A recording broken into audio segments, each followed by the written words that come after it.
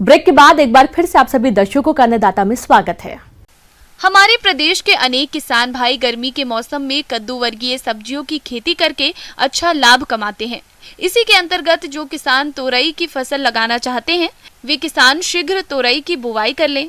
तो आप कैसे करें वैज्ञानिक तकनीक से तोरई की बुवाई? इसकी जानकारी के लिए आइए मिलते हैं विषय विशेषज्ञ महेंद्र जड़िया से। आज हम किसान भाइयों गिलकी की खेती के बारे में चर्चा करेंगे, जिसमें हम सर्वप्रथम यदि बात करें कि किस तरीके से खेती करनी चाहिए, तो पहले नंबर हम देखें कि भूमि का चयन करना चाहिए। तो भूमि का चयन के रूप में हम देखते हैं कि जो गिलकी की खेती है वो लगभग सभी तरह की भूमियों में इसकी खेती की जा सकती है।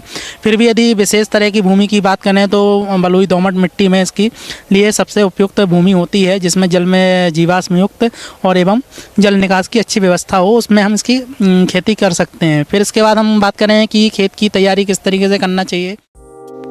तोरई की खेती करने के लिए भूमि की तैयारी पर विशेष ध्यान देना होता है, जिसमें सबसे पहले भूमि की गहरी जुताई करनी होती है। फिर फसल के अवशेषों को खेत से बाहर निकालकर नष्ट कर दें। इसके बाद 15 से 20 टन सड़ी गोबर के खाद प्रति हेक्टेयर की दर से खेत में डालकर 2 बार उथली जुताई करके मिला देनी चाहिए। इसके बाद मिट्टी की जांच के अनुसार उर्वरकों का प्रयोग करके पाटा लगाकर खेत को समतल कर लेना चाहिए। गोबर की खाद को डालते हुए हम इसको, और इसके साथ जो हम उर्वरक के रूप में हम जो खाद देते हैं, तो नाइट्रोजन की जो मात्रा है वो 120 किलोग्राम पर हेक्टेयर, फास्फोरस की जो मात्रा है वो 100 किलोग्राम पर हेक्टेयर, और जो पोटास की मात्रा है वो 80 किलोग्राम पर हेक्टेयर के हिसाब से देते हैं। तो नाइट्रोजन की मात्रा को हम लगभग जितनी भी मात्रा देना है उसकी हम आधी मात्रा को हम बुवाई के समय देते हैं, और जबकि फास्फोरस पोटास की जो मात्रा है वो हम पूर्ण रूप से दे देते हैं।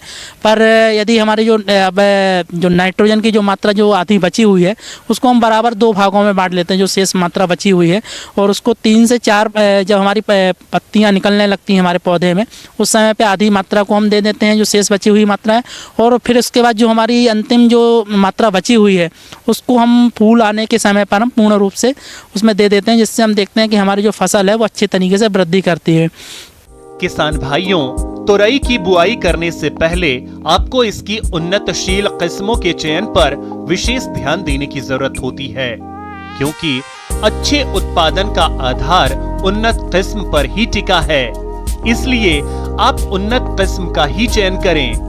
इसकी जो उन्नत किस्में हैं, तो उन्नत किस्मों के रूप में हम पूसा चिकनी, कल्याणपुर चिकनी, या सदाबहार, या अर्का सुमित, अर्का सुजात नामक जो किस्में हैं, इस तरह की जो किस्मों का हम चयन करके यदि हम बुवाई करते हैं तो हमें लगभग अच्छा उत्पादन और अच्छी वृद्धि होगी, जिससे हमारे किसानों को आर्थिक लाभ के रूप में हम प्राप्त कर सकते। फिर इसके बाद हम बात करें बीज की, तो बीज के रूप में हम देखते हैं कि हमको तो जो गिलकी की खेती है उसमें हमको लगभग 3 से 4 kg के लगभग प्रति हेक्टेयर के हिसाब से हमको बीज की आवश्यकता पड़ती है।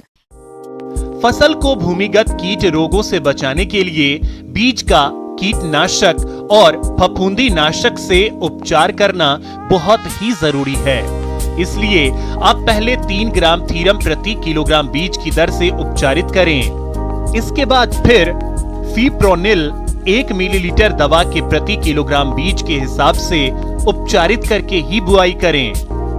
फिर इसके बाद हम बात करें कि बुवाई, तो इसमें हम देखते हैं कि जो गिलकी की बुवाई के लिए तो कतार से कतार की दूरी हम लगभग 1 से 1.5 से मीटर तथा पौधे से पौधे की दूरी 1 मीटर रखते हैं, जो थाला बनाकर अपन इसकी बुवाई करते हैं। तो एक थाले में हमको लगभग 3 से 4 बीज को बोना चाहिए, और अंकुरण के बाद हमको जो हमारे 4 यदि बीज उगाते हैं, 4 के 4 यदि, तो हमको उसमें देखना चाहिए कि 2 बीज जो हमारे अच्छी तरह से वृद्धि कर रहे हैं उस तरीके के जो पौधे हैं उनको हमको छोड़ देना चाहिए, और बाकी जो हमारे वृद्धि सही तरीके से नहीं कर रहे हैं उनको अलग कर देना चाहिए, जिससे हमारे जो थाले में जो पौधे लगे हुए हैं वो अच्छे से वृद्धि कर सके और हमें अच्छा उत्पादन दे सकें। बीजों की बुआई के तुरंत बाद सिंचाई करें। इसके बाद फूल फल आने तक फसल में 8 से 10 दिन के अंतराल पर सिंचाई करते रहना चाहिए। साथ ही खरपतवारों के नियंत्रण हेतु समय समय पर फसल में निराई गुड़ाई करते रहें, जिससे फसल की अच्छी बढ़वार और अधिक फल की प्राप्ति होती है। गिलकी की बुवाई कर देते हैं। उसके बाद हमको 15 से 20 दिनों के बाद हमको उसकी निराई गुड़ाई करनी चाहिए, जिससे हम देखते हैं कि खरपतवार नियंत्रण हमारा अच्छे तरीके से हो जाता है और हमारे पौधों में किसी तरह के कीट बीमारियां नहीं लगती। आगे और भी हैं खेती बाड़ी से जुड़ी बहुत सी रोचक जानकारियां। यहाँ रुकेंगे एक और छोटे से ब्रेक के लिए।